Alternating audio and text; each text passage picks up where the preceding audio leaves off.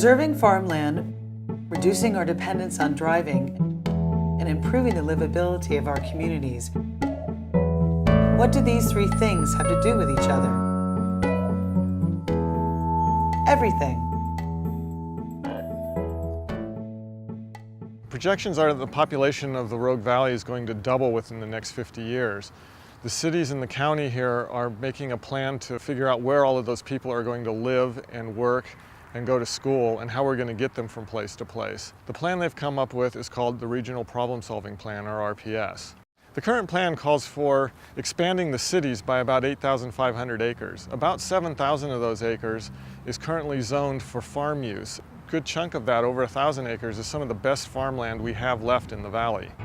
The RPS plan predicts double the number of people and double or more the number of cars over the next 50 years, and advocates for the expansion of urban boundaries as the primary tool to accommodate this growth. Rogue advocates and Thousand Friends of Oregon feel this long-term plan should place more emphasis on redevelopment and reinvestment in existing urban areas, reducing dependency on the automobile, and making a more concerted effort to preserve existing farmland. And we'd like to share some of the reasons why. I think it's hard to overstate the importance of conserving prime farmland. And there's a lot of farmland in our valley, but not a lot of prime farmland that has good, reasonable access to irrigation water. Prime irrigated farmland is going to be one of our most precious resources and kind of a bottleneck down the road as imported food becomes more and more expensive. We have to grow more food locally. We have to. In order to make a living in farming, it's important to have a good land base. And one of the largest threats here to the land base in the Rogue Valley is urban growth and urban growth pressure. Some of the best farmland on in the north end of the valley and the Central Point side has been urbanized.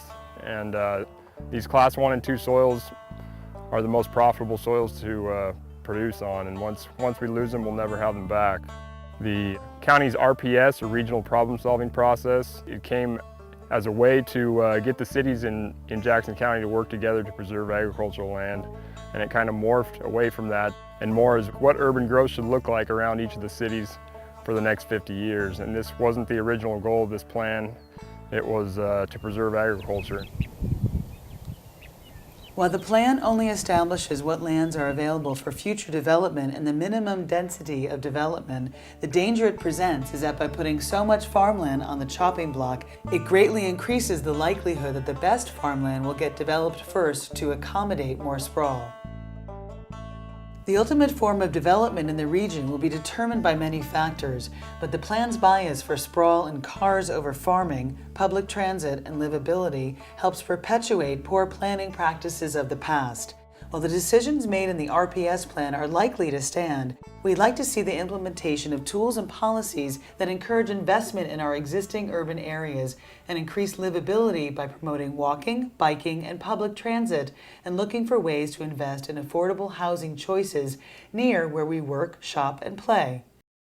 We'd like to see them get a little bit more creative about new types of urban design, new types of communities where people actually have choices of where they're going to live and how they're going to get around. And when you build cities in that way, you actually can use less farmland, so it's a win-win situation. There has been some movement toward more responsible land use planning and design in the Rogue Valley, but there's a lot of room for improvement and a lot of potential. And we're sitting in the middle of the Twin Creeks transit-oriented development. And Twin Creeks was conceived about, I'd say 10 years ago as part of a larger regional planning process. We were looking at where in the valley we could create mixed-use developments that would support transit, public transportation, the use of rail potentially in the future, and would also create more of a community environment and a sense of place. But the idea of a mixed-use development integrates land uses where in the past we've tried to separate commercial, industrial, residential land from one another. We can now reintegrate some of our land uses. We can put residences above commercial first floor developments. A more conventional development might facilitate 4 to 6 units per acre. That would be single family detached homes. when this property was first envisioned for development, it was planned for a traditional single-family subdivision, which would have accommodated, in the 200 acres, would have accommodated about 500 units.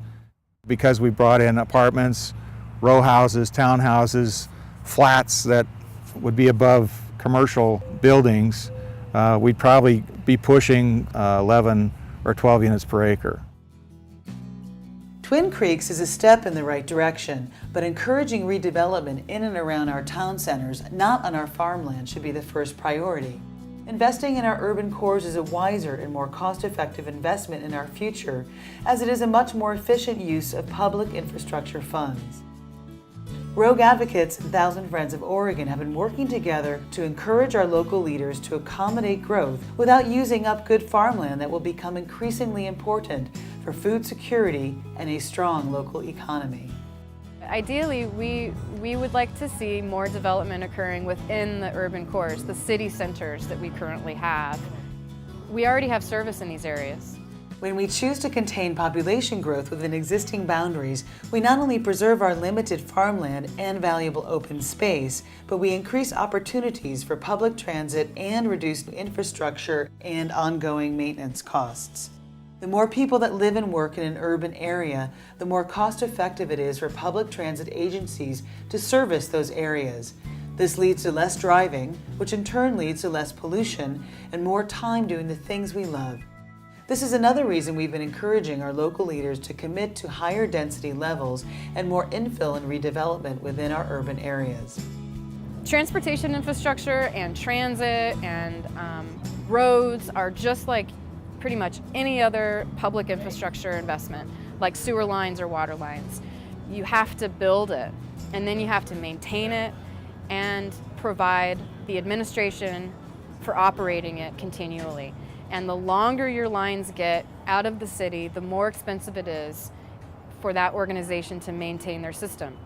So having urban areas look at more compact development, it helps the water district, it helps the electrical company, it helps us. Now we're talking about potentially in the RPS expanding that road system considerably, and you're not going to find anybody who can tell you who's going to pay for that, who's going to pay for construction and ongoing maintenance. We can't afford it anymore. We can't afford the expansiveness in our transportation system, and we have to recognize that in the way we plan for growth. We've just pushed people outside, out of downtown, and out to places like Eagle Point, where everybody's got to get in a car and drive to work. I'd love to see downtown Medford revitalized. I think no one wants to live down there right now if you look at it, and I think the best thing that we could do is completely redevelop downtown Medford with smart development, 4 and 5 store or higher buildings, build up instead of out, where we had a community in downtown Medford where people wanted to live and they could bike to their place of work, where they wanted to shop. Efficiently built, compact cities have the added benefit of improving the livability of our communities. Cities that focus on creating vibrant downtown areas where people both live and work and amenities are close by tend to be more desirable places to live and have more dynamic local economies. When we have options to bike or walk or take transit, which are more widespread in compact urban areas, we tend to be happier and healthier. Having compact urban development really maximizes all of your different public assets the most efficiently possible. You need less space for most things, but it also provides more space for people. It's pedestrian scaled. And it also usually has a character that you can't find anywhere else. You feel like you're part of a place. It's placemaking. And you don't really see that in conventional suburban cookie cutter type of developments.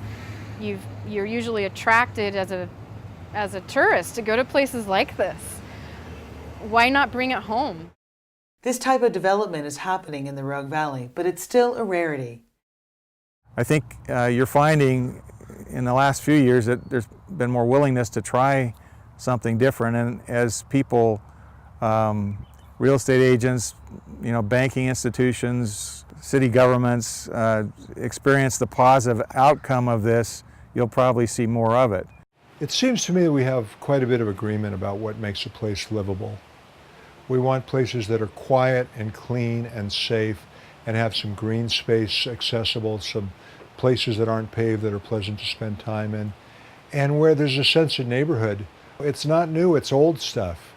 And everyone I know wants those kinds of qualities and less dependence on the automobile for where they live. Mixed use and pedestrian transportation blends are the rule in some of the cities and urban areas that people rank as the best and most livable in the world. I can't imagine an acceptable quality of life 20 or 30 or 40 years from now if we don't move towards those strategies and get people living, shopping, and working in pretty much the same place a lot more than is the case right now. These are the big decisions that are going to have, I think, a level of impact on our quality of life and our kids 10, 15, 30, 50 years from now that's really hard to exaggerate. Rogue advocates would like to see a Rogue Valley where important farmland is conserved for future generations, where people in our region have other convenient options besides the car to travel from place to place, and where our urban areas are more livable. In other words, they are designed well, providing a sense of community and place. This is what our group envisions, but we need your help in creating a community-led vision for how the Rogue Valley will grow. Please join us as we work together to create this future.